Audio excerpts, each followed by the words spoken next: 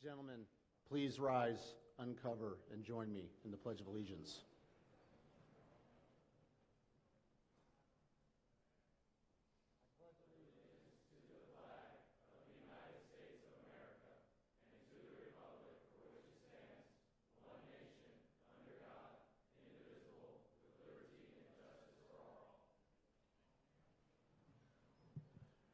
Thank you.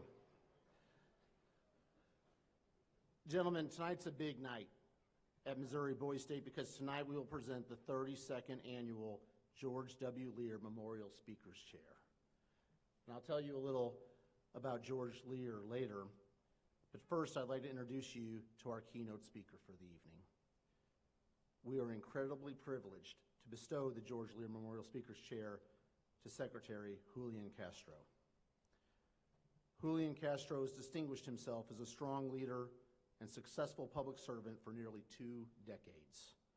A native Texan, he began his political life early when at the age of 26, he became the youngest person ever elected to the San Antonio City Council. In 2009, he was elected mayor of San Antonio, an office he held until 2014.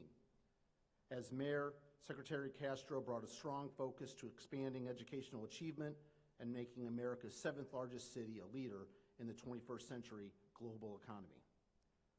Under his leadership, San Antonio implemented the Pre-K 4SA program, a high-quality early childhood learning initiative that has earned praise as one of America's strongest public pre-kindergarten programs. During his tenure, San Antonio ranked first on the Milken Institute's Best Performing Cities list, received an A+ grade for doing business by Forbes, and was the only top 10 city at the time to achieve a AAA bond rating with each of the 3 major rating agencies. Secretary Castro made history again in 2012 when he became the first Latino to deliver the keynote address at the Democratic National Convention. And in 2014, he was tapped by President Barack Obama to serve as the 16th Secretary for Housing and Urban Development, in a position that he served until 2017. He's a former Democratic candidate for president in the 2020 election, and he currently serves on the board of directors of the Lyndon B. Johnson Foundation. From education to technology to safe and affordable housing, Secretary Castro has been at the forefront of some of the most innovative partnerships, programs, and achievements in the public sector. His memoir, An Unlikely Journey, Waking Up from My American Dream, is a candid account of race and poverty in America. Born to unmarried parents in a poverty-stricken neighborhood of a struggling city, Secretary Castro details his unlikely journey to becoming an emerging national icon. In sharing lessons learned from the struggles and successes of his political journey, he empowers groups to engage and take action, even when things seem at their most bleak. His own personal story is proof that the American dream still lives. Missouri Boys State, please join me in a warm welcome to Secretary Julian Castro.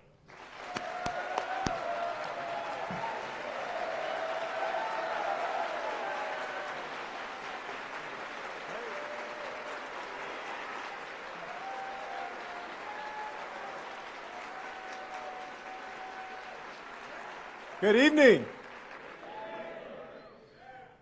All right, first of all, thank you very much, Brad, for that introduction. Thank you for the invitation to be here, and to everybody at Boys State, Missouri, for putting this program together. I understand that you all have had an awesome program so far. Is that right? And I'll try to keep that up, try not to let you down. I also, of course, want to thank UCM, the University of Central Missouri, for hosting us and for helping to organize this, and to each and every one of y'all for participating in this. It's exciting to be here with you tonight after the last 15 months that we've lived through, to be able to see your faces and to hear your enthusiasm gives me confidence that not only in the state of Missouri, but in our country, that we're in good hands. You know, I think tomorrow y'all are going to start the election process. Is that right? And so are you all ready for that? I wanted to tell you really quickly about my very first election. You heard the bio. I served as mayor of San Antonio. I ran for president in 2020. But way before that, when I was in college, my twin brother and I have a twin brother. My brother Joaquin likes to say that the way to tell us apart is that I'm 1 minute uglier than he is, which is debatable. But we both went to Stanford. And when we were juniors, we decided to run for the ASSU, which is basically the Student Senate. And the rules of that election were kind of interesting. First of all, there was already online voting in 1995. You could only spend $90 on the campaign. I don't know why it was $90 instead of $100 or $10, but it was a $90 campaign finance spending limit. You only had 1 week to campaign. And Joaquin and I threw our names into the lot to run for Student Senate. The rules were that the top 10 vote getters out of the 43 people that ran would become voting Stanford senators. And so we threw our names in. We started campaigning. We discovered the best real estate for campus campaigning, which was putting our flyers on the back of the bathroom stalls. So that you had a captive audience that had to read your flyer whenever they went to the restroom. That was our innovation. I don't know which one of us came up with that idea, but whoever it was brilliant because we actually tied for first place. I got 811 votes, and my twin brother got 811 votes too. Which is odd because a couple of days later, somebody told us that they had voted for him and not for me. So somebody must have done the opposite. Or maybe the computer just messed up and thought that, we were the same person or something. Julian Castro. But it was a neat introduction to running for office and feeling like on top of the interesting campaign rules, you could actually do something. Because we were trying to focus on how we could make, at that time, a university more student-friendly. To ensure that folks had a better opportunity to not only learn but prepare for the future. And so I thought about that on my way over here and all of the wonderful things that I know y'all are doing in high school or have done for those of y'all. I understand some of y'all have already graduated or right about to graduate, right? Yeah. All right. Because last year there was no Boys State, Missouri. This is the first year that that's happened. Congratulations for those of y'all who have graduated. And congratulations to each and every one of you for all of the success that y'all have already had. You're here for a reason. Right? You've already done a lot of impressive things in school, out of school, with your extracurricular activities and the focus that you have here at Boys State, and in the plans that you have for the future. For many of you, the colleges and the universities that you're headed on to, I hope that this week has been an opportunity not just to look forward and to think about the future, but also to take a moment to reflect on what you've already accomplished. And among friends, also to take a breath and to appreciate that. And what a 15 months this has been. It's safe to say that no matter whether somebody is 98 years old or they're 8 years old, in this world we have not seen a 15 months like the 15 months that we just experienced. With the pandemic that has now cost more than 600,000 lives in the United States and millions around the world, an economic recession that has hit just about every family and every sector in one way or another, so many small businesses that are still hurting, people who are on the brink of eviction from their apartments or from their homes, people whose health has been compromised because of the coronavirus. The economic recession has also come with a racial reckoning after the murder of George Floyd. A renewed push for racial and social and economic justice in our country to ensure that no matter the color of your skin, no matter the background that you're from, the zip code that you live in, that you're treated the same way in this country and have the same opportunities as anybody else. And so it's fair to say that this is a moment that is unprecedented in our nation's history and our world's history. It's also a moment of rapid change. It's a moment of tremendous progress. You think about how amazing science responded to the need for a vaccine so quickly and did it effectively. It's a moment of a lot of pain. As many have remarked, one of the things that's been laid bare is just how much the most vulnerable among us have been hit the hardest by each of those things. But it's also a moment for aspiration, for hope, and ultimately to make ourselves as a nation and a world more unified and stronger. And it's a moment that needs you. It's a moment that absolutely needs you. There's no question that in our country, over the generations, we've made a lot of progress toward our best ideals, our best principles.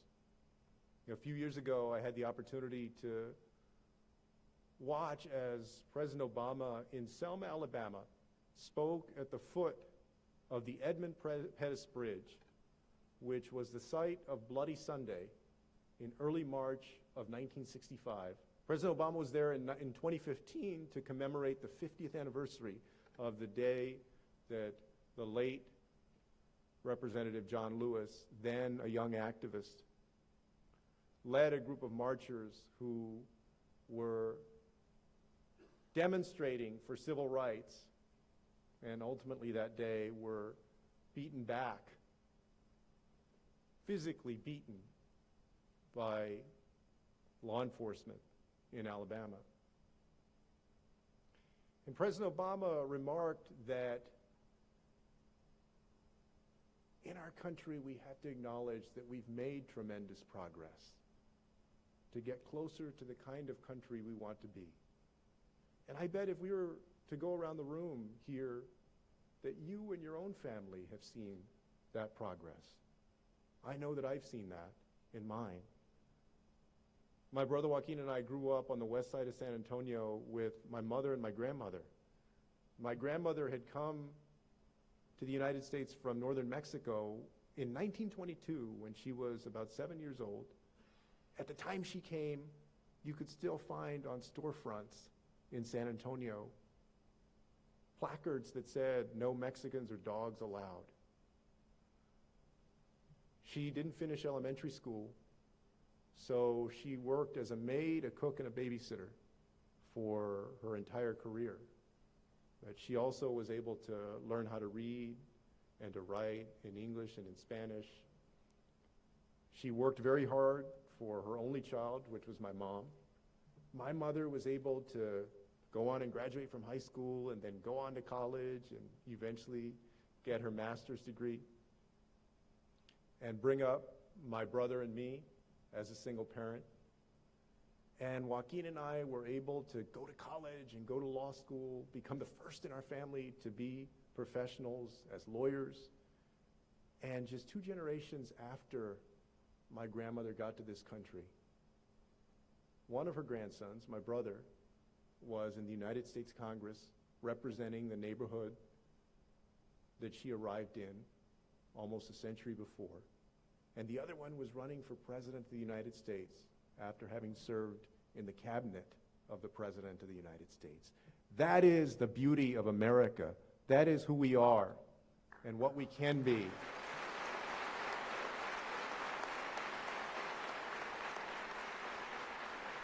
That story also is not unique to my family. There are people from so many different places over the generations who have faced obstacles, setbacks, biases of different types that have been able to achieve their own dreams in this country. And so we must acknowledge the great progress that we've been able to make as a nation. We also know, though, and this pandemic put a punctuation mark in it, that we still have a lot of progress we need to make. Just a couple of days ago, there was another report that showed that in no county in this nation can a worker who's earning minimum wage reasonably afford a one-bedroom apartment, the rent on a one-bedroom apartment.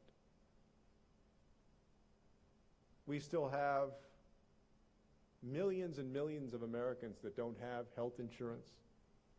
And yet, during this pandemic, around the world, the total increase in wealth of billionaires has gone up by $4 trillion. And here in the United States, it's gone up by $1 trillion. The minimum wage hasn't gone up since 2009.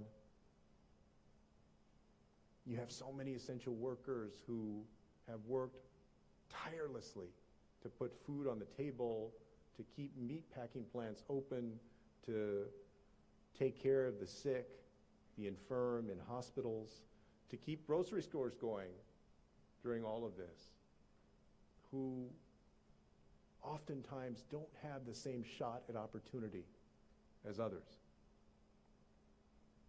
And still, even though we have made progress, what happened to George Floyd was a very powerful reminder that we still live in a society where the color of your skin and your background too often determines how you're treated, whether it's by the government or in the private sector when you go look for a job or a place to live.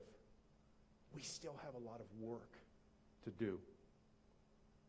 And so this moment needs your commitment to those principles that have defined progress over the generations for America, of equality, of opportunity, of fairness, of justice,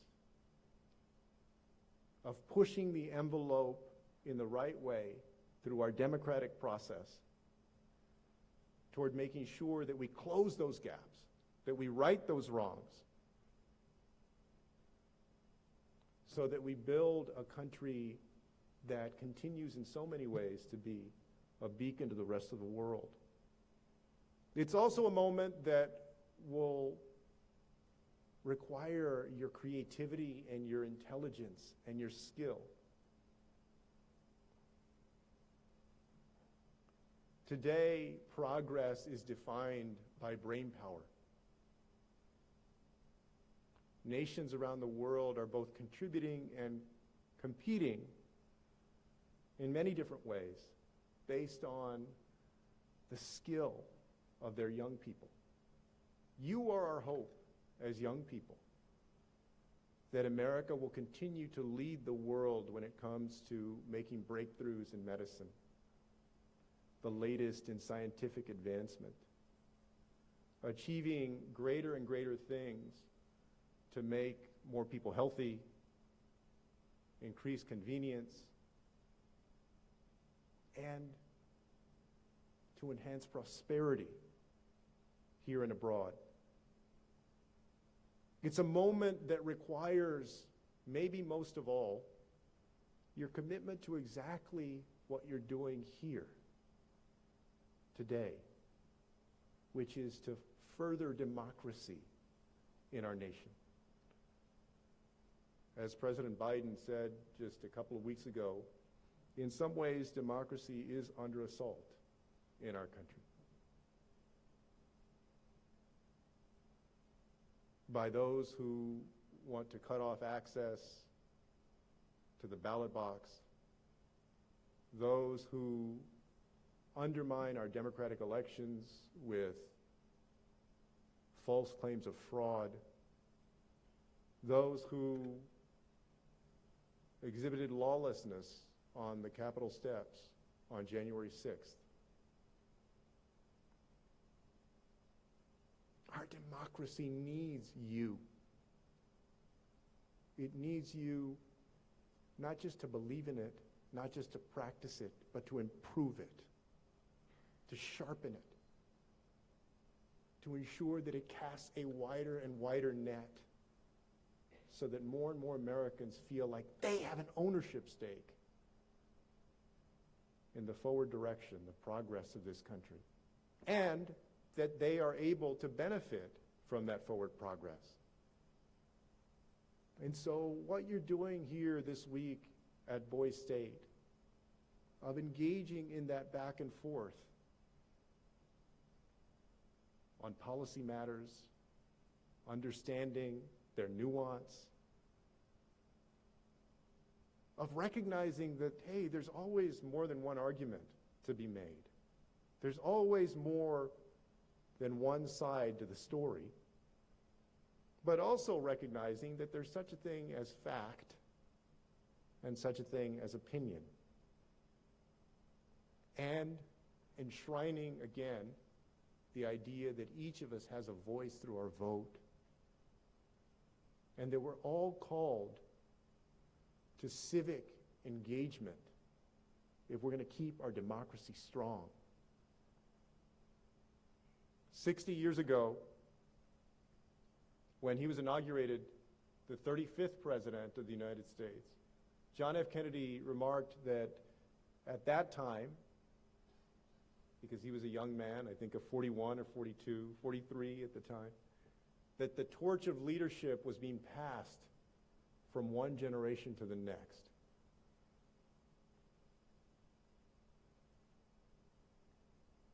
That torch of leadership will soon pass to you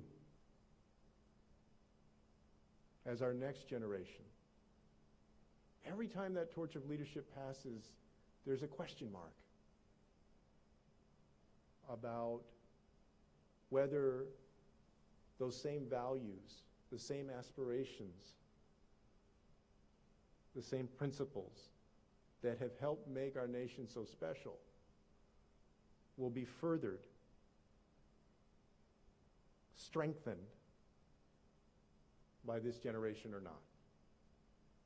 And so what you are engaging in today, and also your willingness to do things like listen to people that may not agree with you, to do so civilly, and ultimately to engage in a democratic process that is orderly, that upholds the rule of law, that separates fact from fiction, that respects institutions. That will define, along with your commitment to justice and fairness and equality, and your compassion for others, that will define the fate of our nation in the years to come.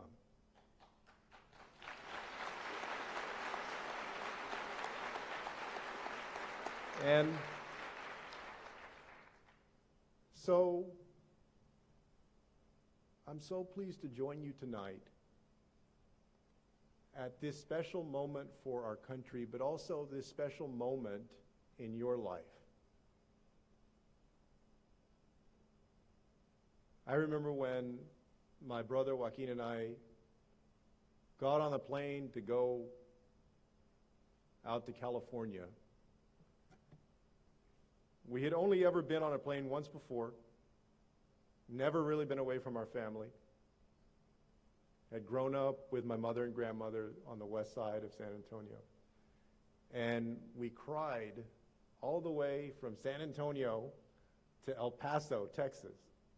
So much that the Southwest Airlines flight attendant had to bring us those hard cocktail napkins that they use when they give you a drink on the flight.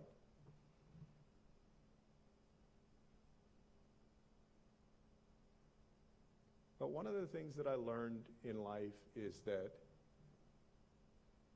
oftentimes the next level in life is something that we psych ourselves out about, that we think of as harder than it actually is.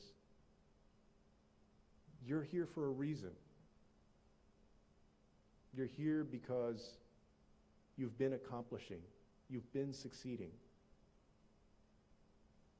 And so especially for those of y'all that are getting ready to go on to the next stage in your life, always believe in yourself.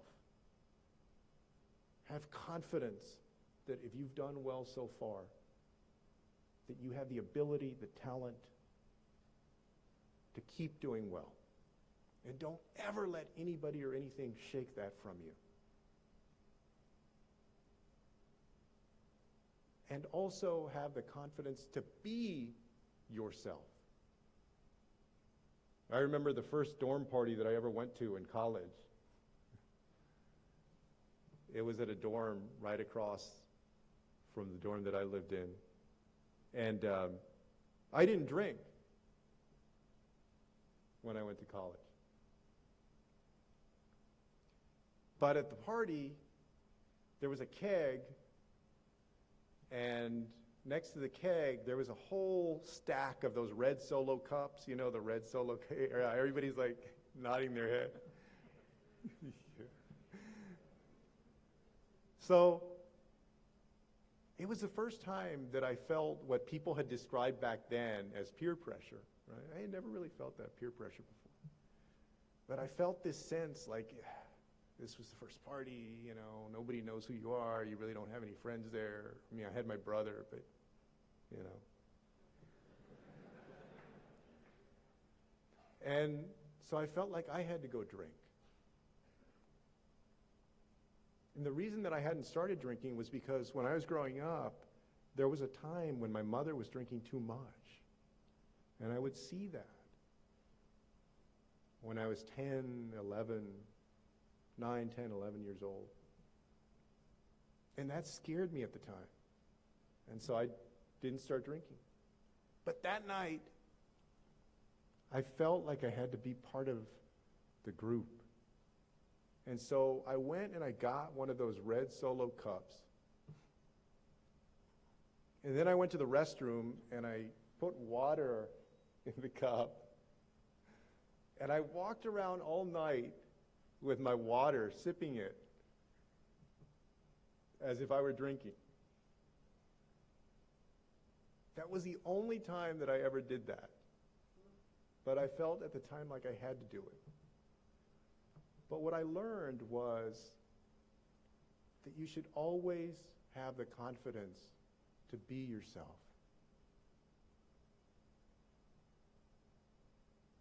Don't concern yourself first with what other people think about you. If you have the confidence to be yourself, it allows everybody else around you to also be themselves.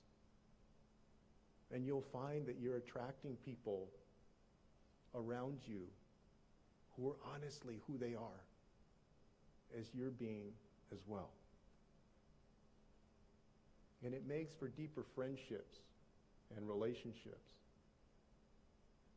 And it allows you to be genuinely who you want to be.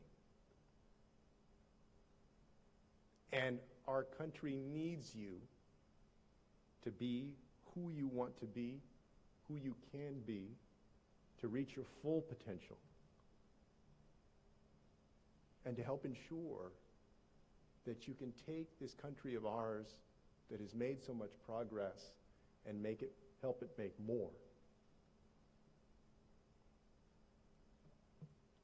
When I was 17 years old, my mother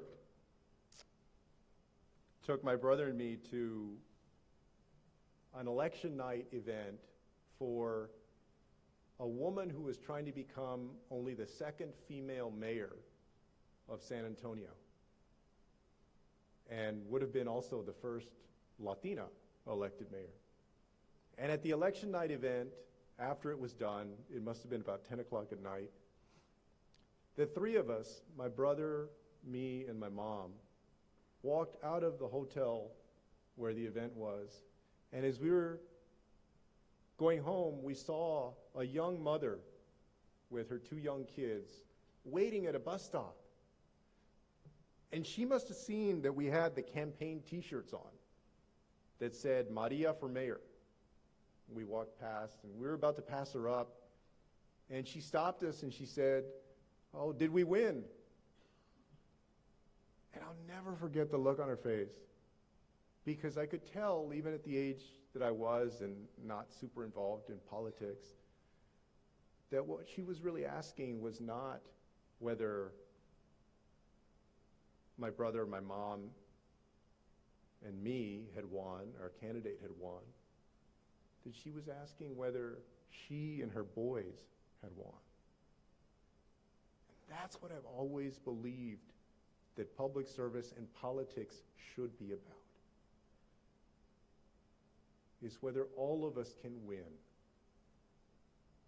If there's something that is the calling of your generation, it is to find the way that all of us, no matter who we are, no matter how we believe in this country, can win.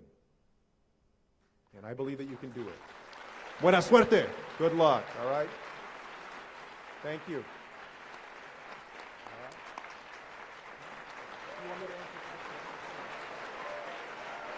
Thank you. Thank you.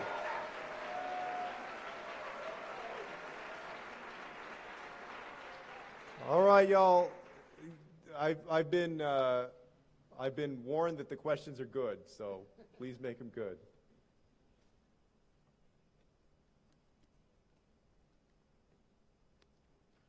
All right, let me see. Yeah, we can start here. Hi, my name's Cole Bauer, and I'm from Dugan City. But I want to start by saying I was an Elizabeth Warren supporter in the primary, but you were a close second, so it was really cool when you endorsed her. But my problem was that I was like a close ninth for everybody. Yeah, well, you were second for me. But my question is that Missouri has gone hard right since President Obama finished less than 0.25% behind John McCain in the 2008 presidential election. So as a progressive Democrat here in Missouri, it can be really hard to find local and statewide candidates to get enthusiastic about. So what is your advice for me or any young progressive in a red state that is having a tough time finding ways to get involved? Yeah, well, thank you for that question. I can understand where you're coming from. I mean, I'm from Texas, right? And so same thing, basically. But I guess I would have two types of encouragement. First of all, that even in red states, that there are a lot of candidates running for school board, for city council, for county supervisor, other offices, judges, who I'm sure that their views align more closely with yours. And so there are people, if you want to get experience volunteering on campaigns, being active, and go that route, there are people that are out there. Sometimes it's harder to find, but they are there, and I know that they very much appreciate everything that our young people bring to those campaigns. And increasingly what I've seen is that people that are 17, 18, 19 years old are getting more responsibility than they used to get in these campaigns, which is good, So even though at the gubernatorial level or the senatorial level, the state might go in that direction, one direction, I think that find these other offices where you're going to have good, fantastic candidates, and also consider running yourself. Right? I hope that a lot of y'all, whether you're Republican, Democrat, that you go into politics at an early age, because we need your passion, your idealism, your creative thinking, right? Not just being tied to the old way of doing things. So think about running yourself. The other part that I would say is, it's never going to change unless some people start to change it. And we've seen states both ways, right? We've seen some states that were really liberal then become conservative. We've seen some conservative states more in recent times, like Virginia. I mean, look what's happened to Virginia just over the last 15 years. North Carolina, even Colorado, a little bit further back than that, but California was a red state for forever, and now it's the bluest big state that there is. And Texas went for Romney by 16 points in 2012, and it went for Trump by 5.5 points in 2020. So even Texas has started to move. And there are examples of the other way around, right? So don't be discouraged, no matter what your politics are, but get involved in it. Yeah.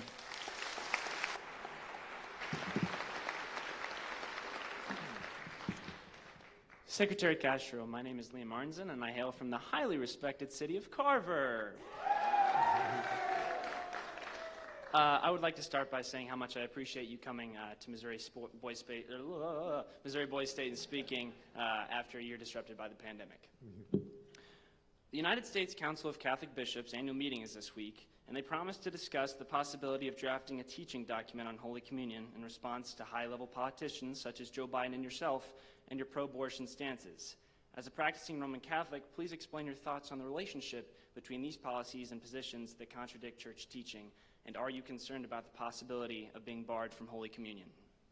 No, thank you for that question. I mean, it's a very timely question. It's one that I'm sure as that meeting happens will be on the minds of a lot of fellow Catholics and especially people in public service, right? Because it may have an actual consequence to whether somebody can receive Holy Communion.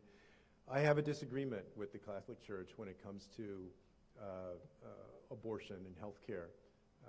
And I don't think that that's very uncommon. I think that there are a lot of Catholics that actually believe in this country that a woman should have a right to choose. In poll after poll after poll, when you survey the attitudes of Catholics, a sizable number of Catholics believe that. And so, you know, of course, that's a decision for the bishops. I hope that they don't take the step of denying communion to people who are people of goodwill, who practice their Catholicism, who try to live up to those values.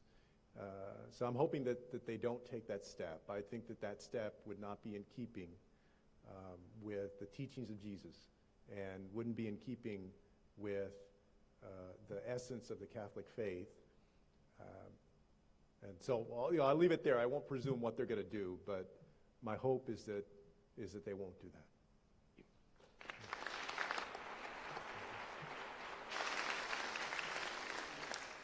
Hello, my name is Zachary Vega. I'm from Richardson City. Being a Texan who sees the impact of the increase of illegal immigrants from the southern border, what are your thoughts on the Biden administration pushing off their trip to the border to see the crisis for themselves? Well, you know, I think that that obviously this is an issue that over the years, not just in the last few years, but over the years has been one that has drawn a lot of passion, right, on both sides of the issue. And I'm very passionate on that issue. I when I ran for president, put out a vision. I think I was the first candidate to put out a vision on immigration. And I believe that our immigration policy should lead with compassion and with common sense instead of with cruelty. And I saw the Trump administration as being fundamentally cruel. You know, I've been pleased with some of the actions that President Biden has taken. I've disagreed with some of the things he hasn't done. For instance, lifting Title 42, which was put in place under Trump and basically was a mechanism that was used under the auspices of the pandemic to summarily keep people from being able to apply for asylum. In terms of understanding the challenge, I know that both President Biden and Vice President Harris are intimately familiar with that issue. I believe both of them have been there before. So, you know, I don't doubt that they have knowledge about what is happening and the best way to approach it. I also believe that on immigration that we need to get to a point where we can deal with that issue where it's not such a red meat issue for a lot of people. As I see it, immigrants, both documented and undocumented, have been a net positive to this country. They have contributed economically to the forward progress of the country. You know, the vast majority of folks, even if they're undocumented, are people who are people of faith, people with the same values as any of us, people who work very hard and basically have been on the front lines in fields and meatpacking plants and other facilities, making sure that folks could have food on the table, oftentimes without any health insurance, without any kind of guaranteed sense of security in the country because they could be deported. But they want to work and they want to provide for their family, and that's what they're doing, and America has had a place for them. I do think that all countries have borders. Countries do have to institute policies at their border. It's not the case that anybody that just wants to get in the country is going to be able to get into the country. So I see the necessity of that. But I also believe that, especially with the folks who are here and the people that are claiming asylum today, that we can have policies that reflect that reality, but also reflect our best values. And that's where we need to get to. The last thing I'll say is, look, y'all are part of a generation where you're going to see some of the bedrock institutions like Social Security that has guaranteed the earned income over time that people have earned and put into Social Security for folks when they are of elder age. That's in jeopardy in the years to come. And what the Social Security Trust Fund needs is it needs a young, vibrant workforce, basically to support a nation that is getting older and older, and also a nation where our birth rate is declining. It's declined several years in a row now. And if we look around the world, whether it's in Japan or other countries, what you see is this problem that's emerging where you can't keep up with those demands. And if we're not careful, in 20 or 30 years, we're going to be begging immigrants to come to this country if we don't manage that well.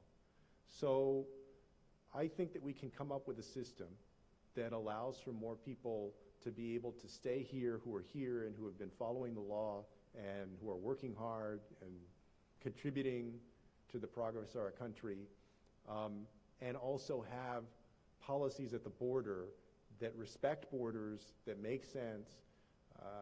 And when on the campaign trail, for instance, I proposed a Marshall Plan for Central America, which essentially said, we want to work with those Northern Triangle countries so that people can find safety and opportunity at home instead of having to make the dangerous journey to the United States.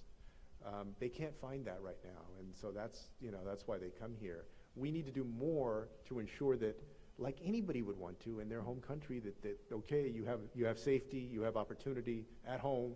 You don't need to make that dangerous journey to the country.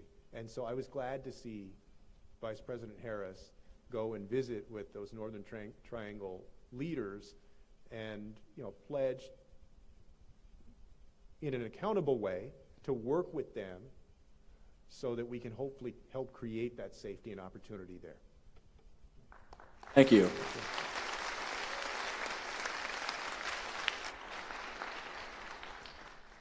Hello, my name is Max Evitz, and I am from the wonderful, wonderful Whitfield City. Yeah! Thank you for joining us tonight, Mr. Castro. It is truly an honor.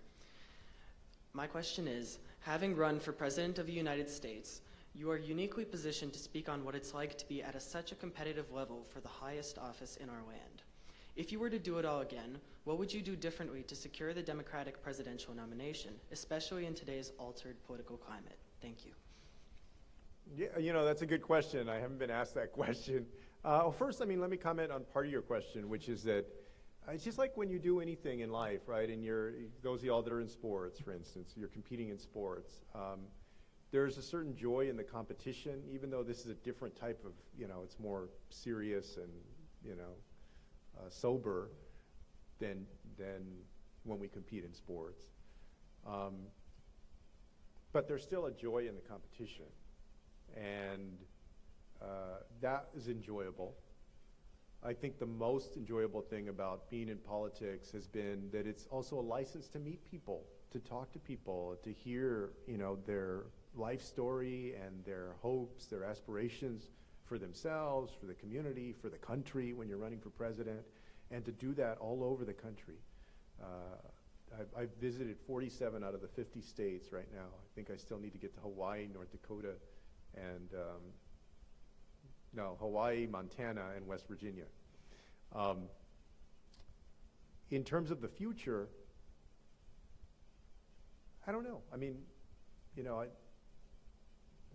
I have my vision for the future of the country, and so, you know, you don't change what you believe just to win an election. That would not change. I do think one of the things that, in reflecting on the campaign, like in that campaign, if we were running it under different circumstances, I think that the time seemed darker. The tone of it was darker than I would have liked because of Trump, because of the reaction to Trump. And I think that people respond more to optimism and to light. And I'm not saying that was totally missing. I'm saying it was a little less missing than it would have been under different circumstances. And so whether it's reflecting on that or thinking about the future, I think you know, maybe approaching that part of it a little bit differently.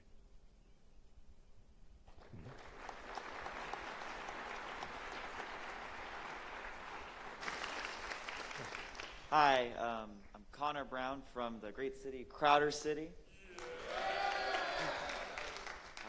This is the first time I've met a presidential candidate. A little flustered, but we'll try to get through this. So recently, you conveyed strong support for policies like the For the People Act through the Texas that just passed the Texas House of Representatives, and you campaigned against voter ID laws. But 2 months ago, Pew Research came out with a study and found that 2/3 of African Americans were actually in favor of voter ID laws. And so I wanted you to explain your position of how taking down voter ID laws would help minorities increase the vote. No, I mean, thank you for the question. Yeah, no, I mean, I support the For the People Act and the John Lewis Voting Rights Act in Congress, and then I was opposed to SB 7 in the state of Texas, which was almost passed. It wasn't passed because Democrats broke a quorum at the end in the House of Representatives, Texas House of Representatives, and now the governor has called for a special session, and so it may get passed in some form. But your question was about African American support for voter ID. Yeah, I haven't seen that, but it may well be that there's different levels of support. You know, I've seen some polls that suggest that it's not as well supported, but whatever, you know, folks think about it, what I believe about it is that it's part of a point shaving system that unfortunately Republicans have put into place along with other measures that is based on research, that they know when they put these measures into place, the disparate impact that that will have on people that either tend to vote for them or vote against them. And so that could include voter ID. Right away, for instance, the best example of this is when they did the voter ID law currently in place in Texas. They allowed you to use a hunting license for an ID, but not your state student ID.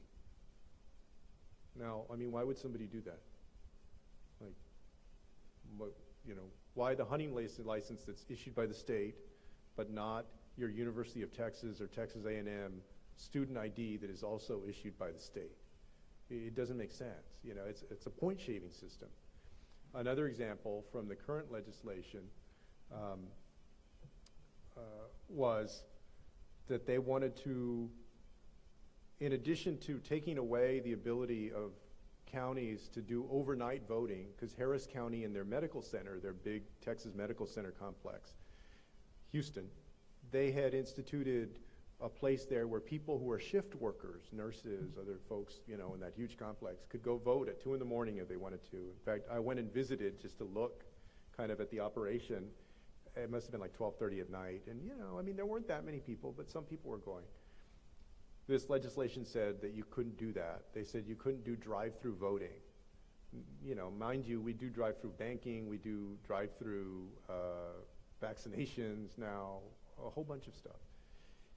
And in the law, they said that on Sunday that you couldn't vote, no county could start early voting until after 1 p.m. knowing full well that it's the general practice of a lot of, especially black churches, to take their parishioners after the morning service to go vote. So that might be at 11 o'clock or 11:30, but you know, they cut it off at 1. And then one of the authors of the bill later said, oh, well, that was an error, or we're going to move it down to 11. I mean, it's a point shaving system, you know, and it's based on research. I'll give them credit for that. Like, I don't think that it's just coming out of nowhere.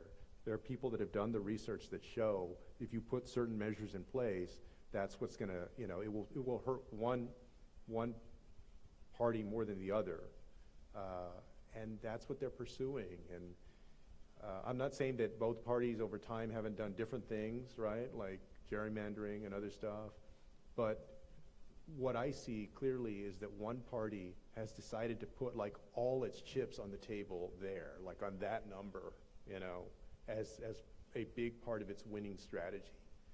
And I just fundamentally disagree with that.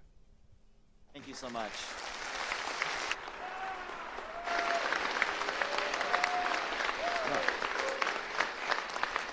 First of all, good evening.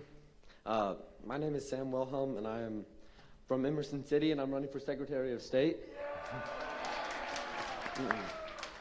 The other night, Senator Danforth told us that politics breeds hate between the American people to the point that friendships end solely on how a person votes. What would be your solution to this divide?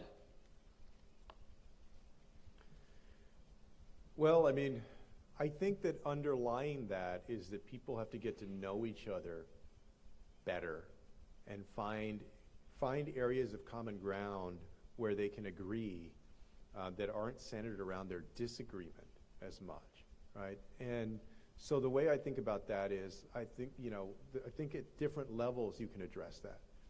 For instance, one level that you can address that at to lower the temperature is at the congressional level, by doing two things. Number one, by switching from laws that allow for gerrymandering and redistricting, the redistricting process, basically, where when you have a legislature that is controlled by one party and usually the governor, you know, that you create congressional districts that are skewed so far one way or the other, so that the elected representative really just has to talk to one side of the aisle.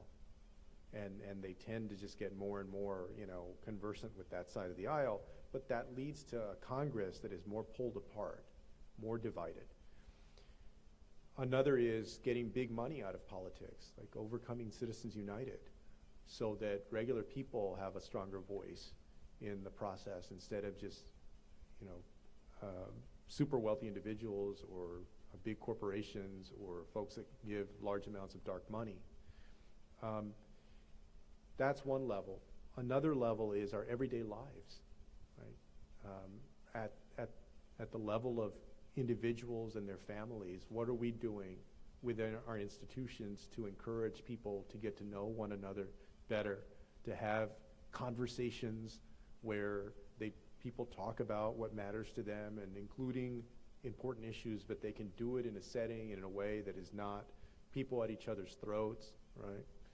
That's hard, because folks are very passionate oftentimes about things that matter to them, whether the issue is abortion or it's immigration or climate change or whatever it is.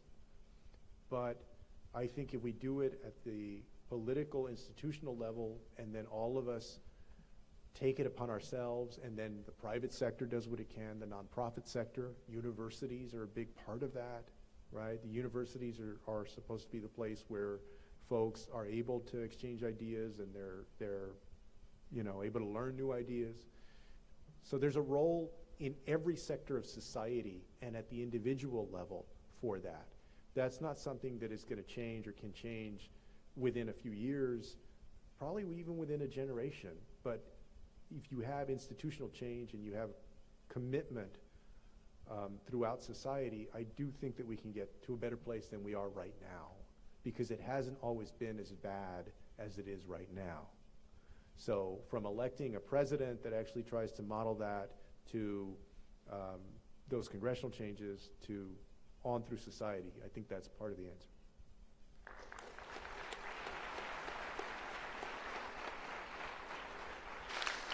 Hi, I'm Bryant Davis from Cleaver City.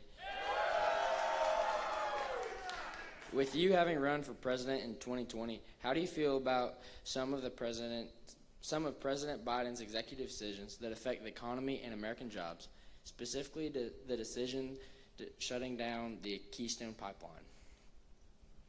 Well, I mean, I was glad to see him do it. I know that, some people, obviously, people disagree with that. But, in terms of that project, I think that the numbers that were given in terms of job creation, for instance, on the project were way overblown. It had been a troubled project for a long time. There was significant pushback. I'm glad that the president is making a big push to address climate change and to do it in a way that is very mindful of the number of jobs that are created. When I went to Iowa, for instance, one of the things I'll always remember is visiting a huge wind turbine factory there. They have this factory where you have these long wind turbines that are almost the length of a football field. There are tremendous number of jobs already existing and to be created as we combat climate change. So I think the best thing that Biden has done is to pursue a policy that shows that those are not mutually exclusive, that we can create opportunity with good paying jobs and then also do what we need to do to protect our planet. And to do so in a way that is sensitive to the existing industries in terms of the people that work in those industries. I'm from Texas, and so of course I understand that. You can do all of those things, and that's the balance that I think the administration is trying to strike. But with regard to the Keystone Pipeline, no, I mean, I was glad to see the decision that he made. Thank you.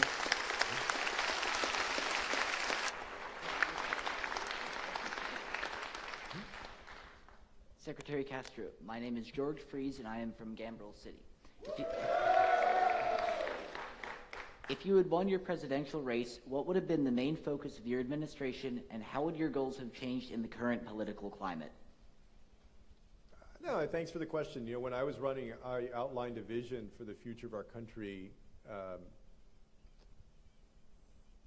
just about every single time I went out there, whether it was to Iowa or New Hampshire or South Carolina, wherever we went, to become a nation that is the smartest, the healthiest, the fairest, and the most prosperous nation on earth. And and I went through all of that during the campaign and what it meant and so forth. And I guess I'm proud that even though I didn't get anywhere close to winning, right, the primary,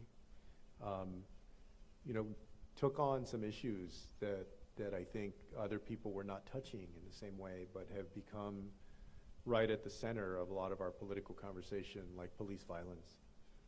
I put forward a plan on that. I think I was the only candidate that actually put a standalone plan out on that. We talked about immigration. I went to Iowa and New Hampshire and campaigned on moving the first in the nation contest out of Iowa and New Hampshire, which was not a good strategy to actually win their votes, but I think is going to happen for 2024. And approach these issues, I hope, in a thoughtful way. So if I had gotten elected, I had laid out the vision that I saw for our country as being inclusive and focused on prosperity and addressing so many of the issues that we're often too afraid as a country to address, but that we need to.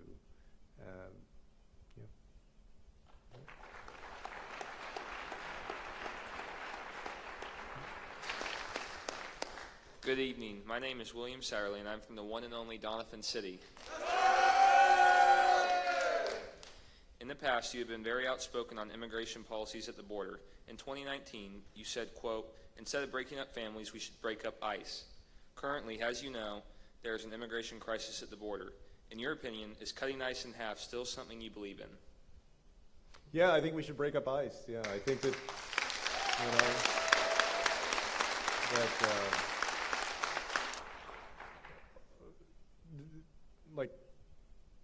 when you think of government agencies, right, we should never think of government agencies as sacrosanct. This agency was created in the aftermath of 9/11, I think in 2002 or 2003. And at one point in 2017 or 2018, during the Trump administration, there were 19 people, employees of ICE, that wrote a letter crying out for help, saying that ICE was not working the way that it should, and asking essentially for a separation of different divisions in ICE. On top of that, I mean, there's just record after record of abuse in that agency. And so I believe that we should actually move a lot of that back into the Department of Justice, or Department of Homeland Security in a different capacity, and that we should also do things like have separate immigration judiciary, like immigration courts that are full constitutional courts, that are separate from the Department of Justice. We would still have enforcement of our laws. It just wouldn't be what ICE is now, because I just think that agency has gone off the rails. And in order to improve integrity and ultimately effectiveness in the mission of the organization, I think that they should be broken up and that it should look differently from what it looks like now, you know. And I hope that one day we have an agency that has higher integrity and is better at actually addressing their mission and doing it in a way of common sense and of compassion and accountability, but without the cruelty and without all of the mess that we've seen in that department or that division. Thank you.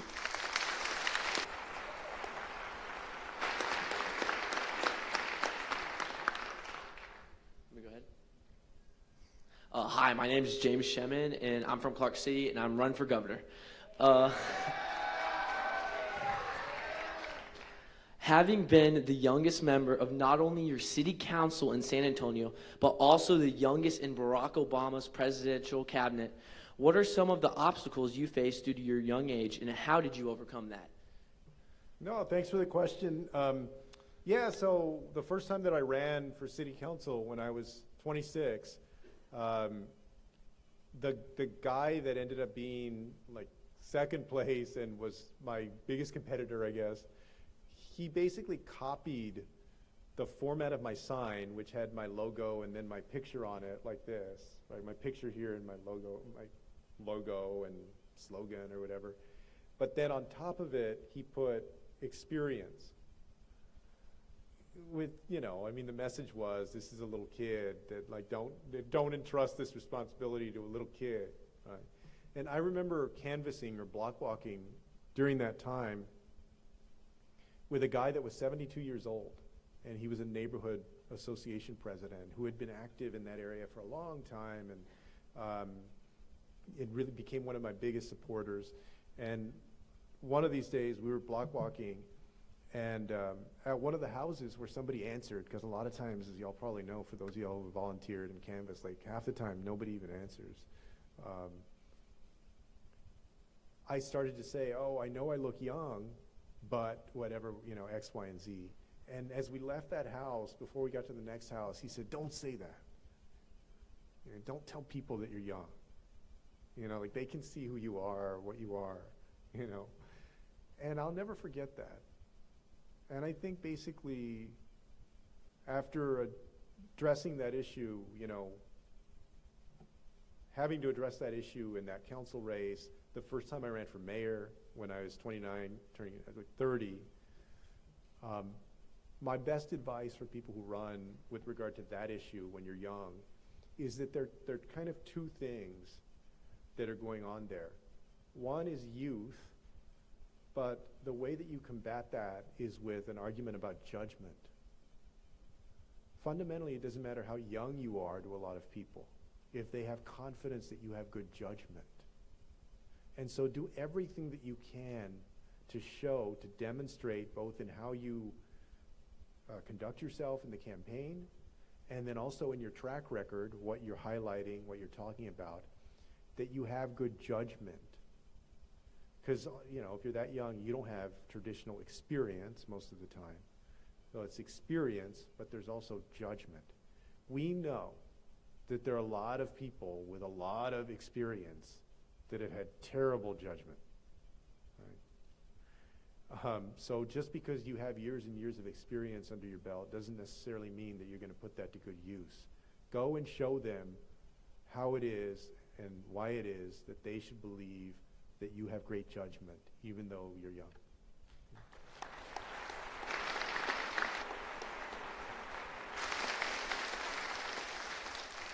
Good evening, Mr. Castro. My name is Aga Hader, a representative of Weir City, and one of the candidates, thank you guys, and one of the candidates running for governor here at MBS. I've read your book, An Unlikely Journey, which I have right here, and hope that one day you'll be able to sign this book, and it's truly an honor being able to ask you a question here tonight. While at Harvard, you started a program called ePals.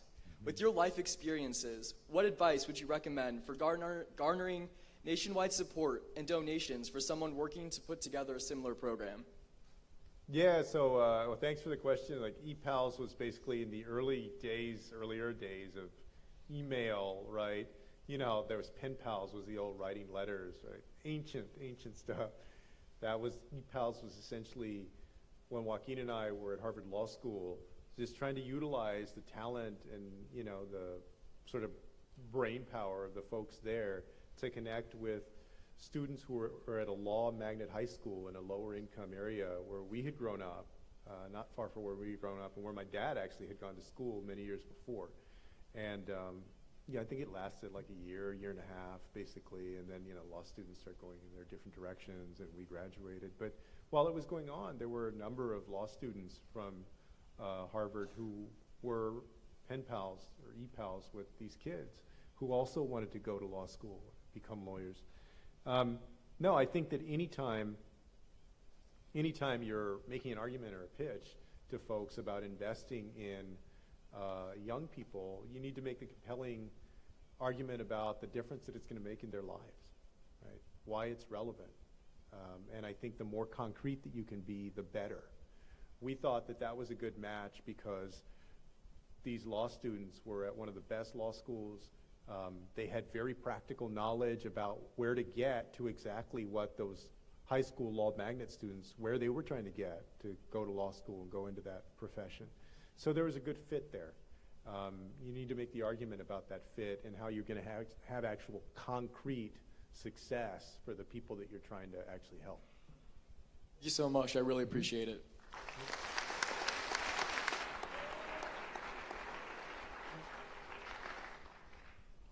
Mr. Secretary, first of all, what an absolute honor to have you speaking with us this evening. My name is Clayton Robertson from the future model city, Carnahan City.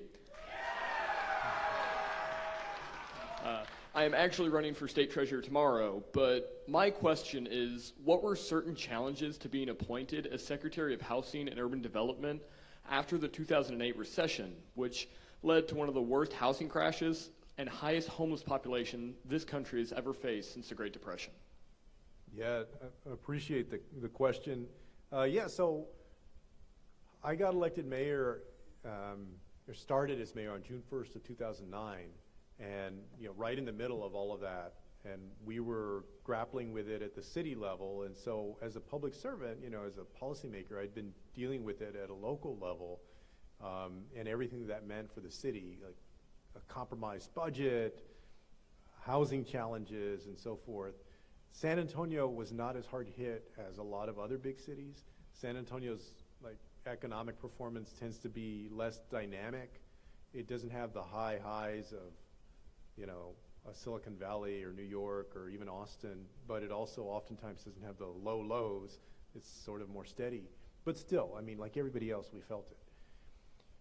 I got to the Obama administration in late July of 2014, and by then, the administration had been going on for, 6.5 years, or 5.5, 6.5 years.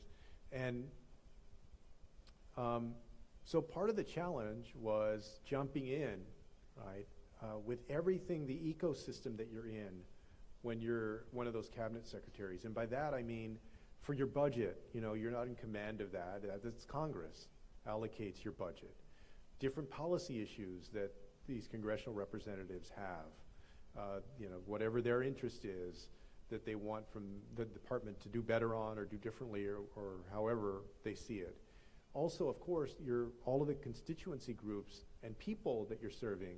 For instance, when it comes to homelessness, there are what are called continuums of care that are basically the nonprofits and government agencies that work on reducing homelessness. So part of the challenge was just not having come out of that background, jumping into that, right? I was much more familiar with the urban development part of it, like CDBG and home and other stuff that the Obama administration was doing. But having said that, the administration had built a great team.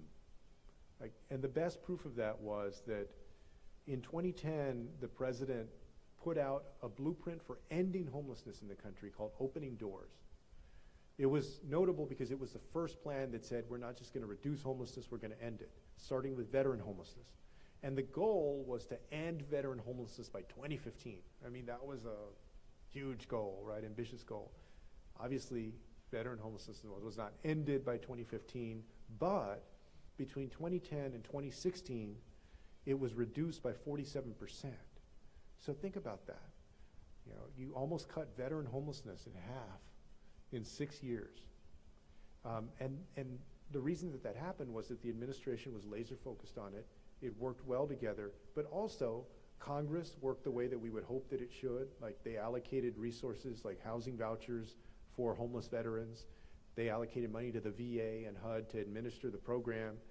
And then mayors across the country took up an effort that was led by Michelle Obama called the Mayor's Challenge to End Veteran Homelessness. So like 850 mayors and some governors. By the end of it, not only did we have that kind of reduction, but we also had in 36 or 37 different cities in the country that they had reached a functional end of veteran homelessness. And in 3 states, they had reached the functional end of veteran homelessness, which meant, at a technical level, not that literally there were 0 homeless veterans if you went, on any given night, but that it was very close to 0, and that if there was somebody that was homeless, that there was a system in place to immediately get them somewhere to live. And there was a network of people that were out there with a list of names looking to see if anybody was homeless or had become homeless that was a veteran. So it was active. It was a very impressive team to be a part of. And one of the things that I used to always say, and that I will say to y'all, for those of y'all that go into politics or work in policymaking somehow, or you just observe it and vote, however you see it, whether you are super liberal or you're super conservative, I think that your first responsibility with regard to government is that it needs to actually work. All right? It needs to actually work.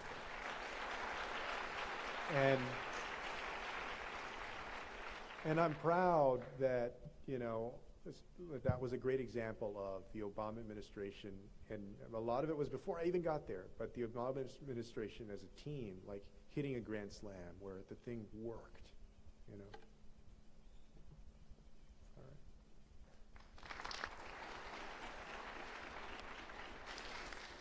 Good evening, sir. My name is Isaiah Holgerson, and it is truly a massive honor tonight. I followed the 2020 presidential race quite diligently, so I was curious as to the following. What was the biggest thing that you learned personally from your journey on the 2020 campaign trail?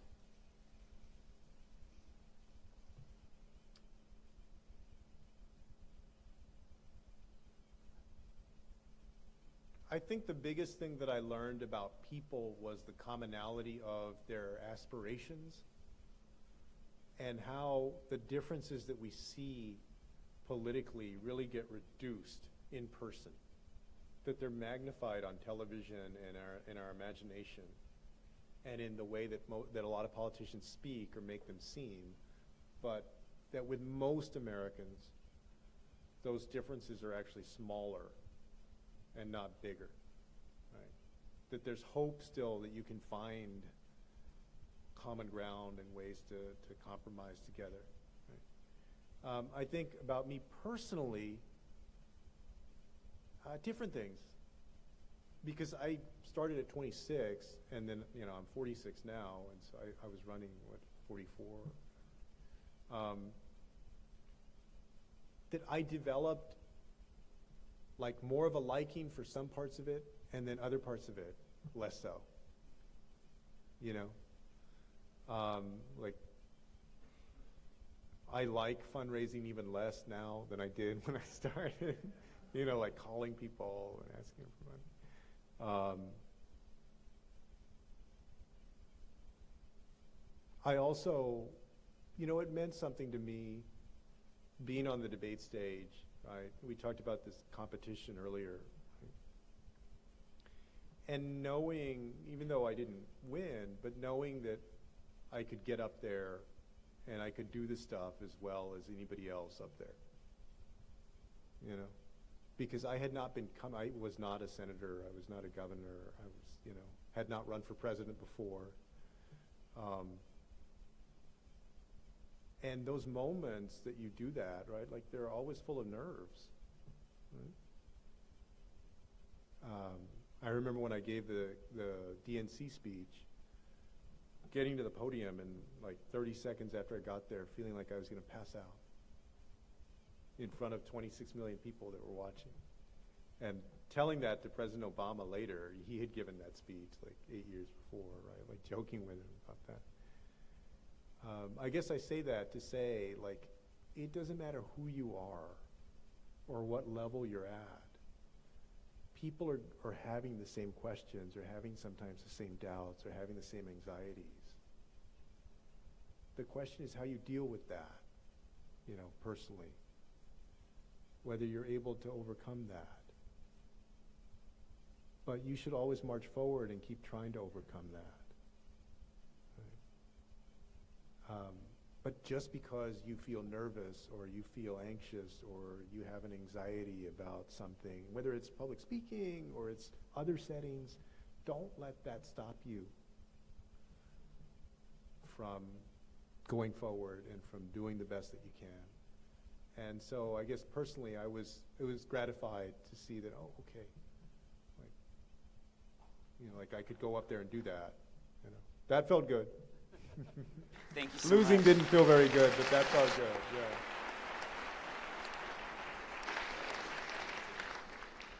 Hello, my name is Aiden Martell, and I'm from Boone City. Thank you so much for joining us today, Secretary Castro. You were able to develop a very successful career early on in your life. I was just curious to know if you had any advice that would be especially helpful to us young adults in order to ensure that we have a successful career in our future endeavors. For instance, what were steps you took during your young adult life to provide you with such a successful career? Yeah. Well, first, you hear over and over again, or at least I did growing up, I imagine y'all hear it too, like that you should follow your passion, right? How many of y'all have heard that? People have heard that, right? It's probably the most cliched advice that you're going to get regarding careers. But the reason that people say that is because it's true that, be doing something that you want to be doing. And sometimes that's not completely possible at the beginning, right? I mean, people have to take on jobs and do stuff that's not their first choice of what they actually want. But when you can get to doing that, do it. Because if you have a passion for something, that's going to drive you to be as good as you possibly can be at it. To have this pride in it, and to put the time into it, and to understand it, and you're going to do better. If you have a passion for it, you're going to do better oftentimes than if you don't. It's seldom will you hear people that are super successful at what they're doing say that, it really doesn't matter to me. Oftentimes you hear them say that they're zealous about it, that that's what they really love to do, that it doesn't feel like work. All of us should be so lucky to be in an endeavor like that, right? I mean, it's unrealistic to think everybody is, but you try and find it. for yourself, right? Also, knowledge matters. It's unfortunately true that it also matters how much you network, right? Use every opportunity that you can to network and to make connections with folks, because you don't know how those are going to benefit you later on. And a lot of times it's not like the classic, like somebody gives you a job, right? But it's people making recommendations about opportunities that are open, whether they're internships or entry-level jobs or whatever it is. And so, be somebody who does put the time in to get to know folks and to network with them. And then what I said in my remarks about believing in yourself and understanding that at the next level in life, oftentimes that we think the next level in life is going to be a lot harder than it actually is. So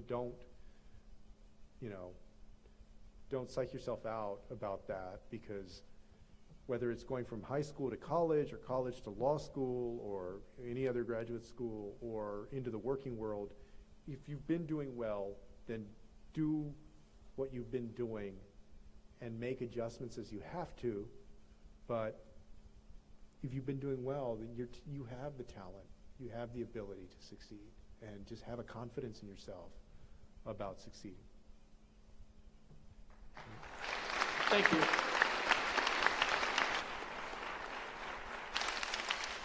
Secretary Castro, this will be the last question of the night.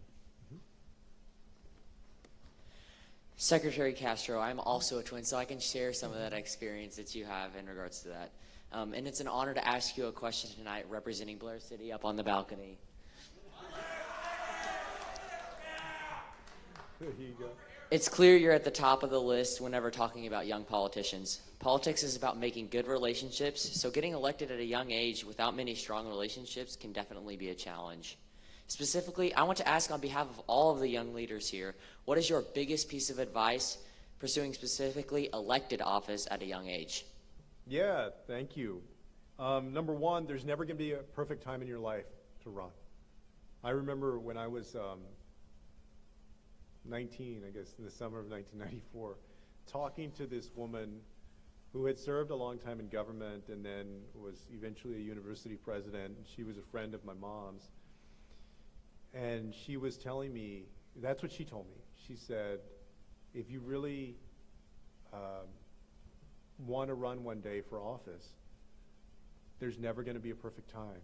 And she said that she had wanted to run when she was maybe a little bit older, but that she always put it off, and that people would tell her, oh, you really should run. And that she always, put it off because she was waiting. And let's be honest, a lot of times it had been more difficult for women, right, than guys to do that because of the responsibilities that they, ended up shouldering a disproportionate amount of with children and family and so forth. That's changing, thankfully.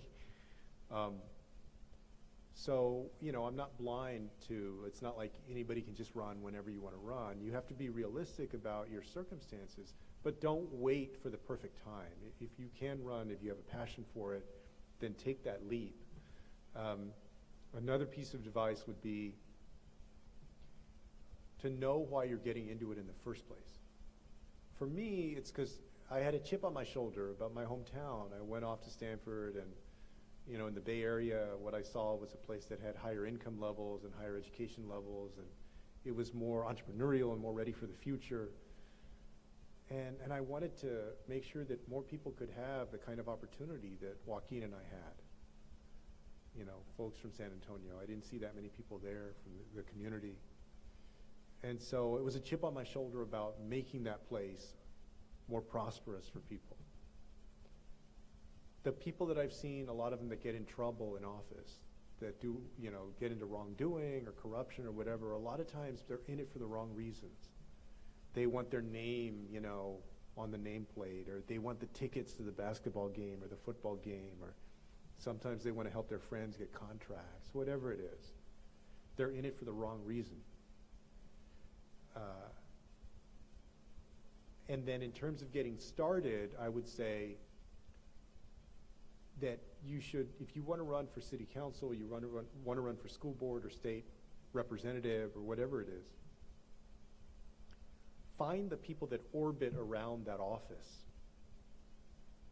And by that, I mean, you know, the interest groups, whether it's business groups, union groups, you know, PTSA if you're running for school board, neighborhood associations in my case, and real estate interests because they care about what the city's doing. That group of folks that are in this like inner circle, and then also go talk to people that are not power brokers, that are just everyday folks that are impacted by what that office does, and ask them about, you know, that office and that representative, if there's somebody in there, to get a sense of what regular folks think is wrong or could be done better or differently, so that you have both.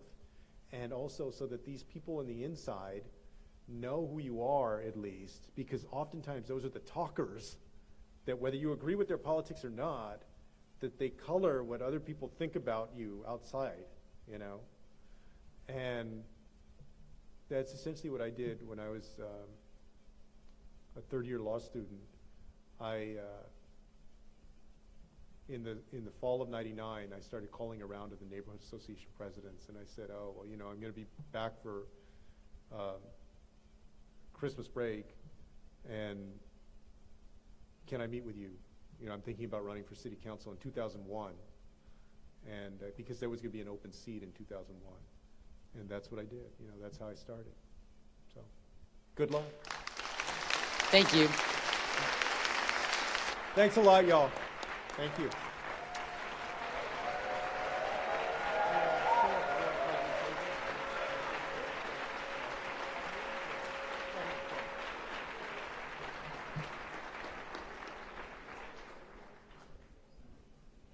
Thank you, Secretary Castro. Gentlemen, I'm sure you'll agree with me that we just experienced an excellent George W. Lear Memorial Speaker Chair.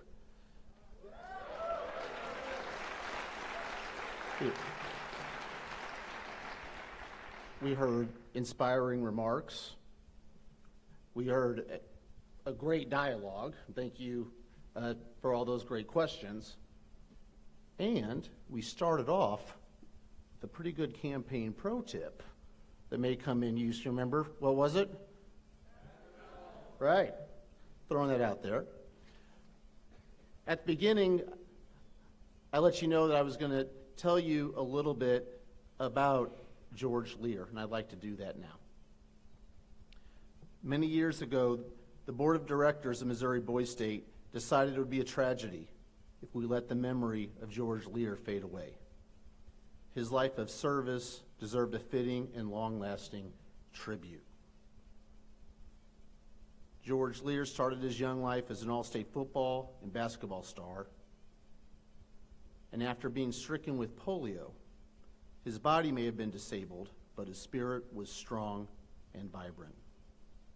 He personified what public service, devotion to family, and excellence in business is all about. With handicaps that would have stopped others, George walked a path straight and true. County executive, CPA, state auditor, president of the Central States Pension Fund, and devoted father. His work cleaning up the badly mismanaged Central States Pension Fund ensured the members of the Teamsters Union a secure future, and those outstanding efforts were recognized in a Forbes magazine feature article and in a resolution passed by the United States Senate. Success came easy to George Lear. At the height of his political career, with the governor's office easily within reach, George took one of many courageous steps and chose time with his family and his critically ill son over personal ambition. In honor of his many contributions to the state of Missouri, the Missouri Boys State Trust established the George Lear Memorial Speakers Chair in 1988 as part of the 50th anniversary celebration of the Missouri Boys State program. The Lear Chair was designed to assist the Boys State program in bringing the finest names in public service to the yearly Boys State session to interact with our citizens. In 1954, when George Lear was chosen to go to Missouri Boys State, We know now it was an outstanding choice. His potential was real, and that first spark was struck right here at Boys State. His wife Barbara has said, "It is at Boys State where George would like his torch kept lit." Secretary Castro, if you would mind joining me one more time at the podium. And I'd like to call to the stage to present a token of our appreciation to Secretary Castro for accepting the 32nd Annual George W. Lear Memorial Speaker's Chair, the Chairman of the Missouri Boys State Memorial Trust, Colonel Rusty Jones.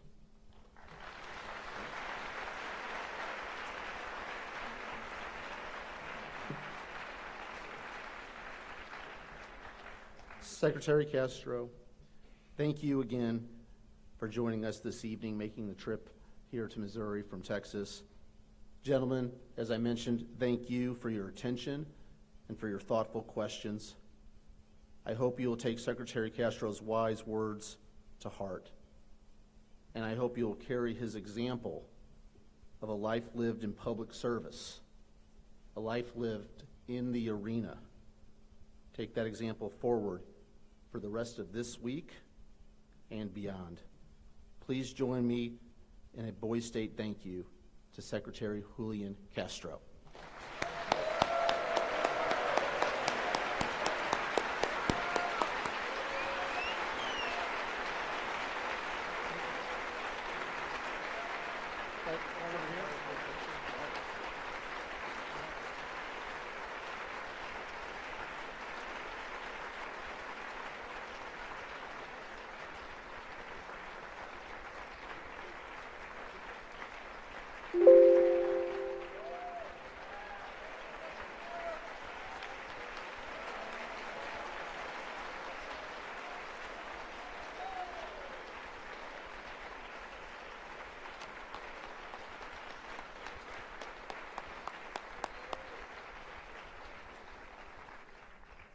While Secretary Castro goes backstage to meet with members of the Missouri Boys State Press, we have the next installment of the MBS Today starting now.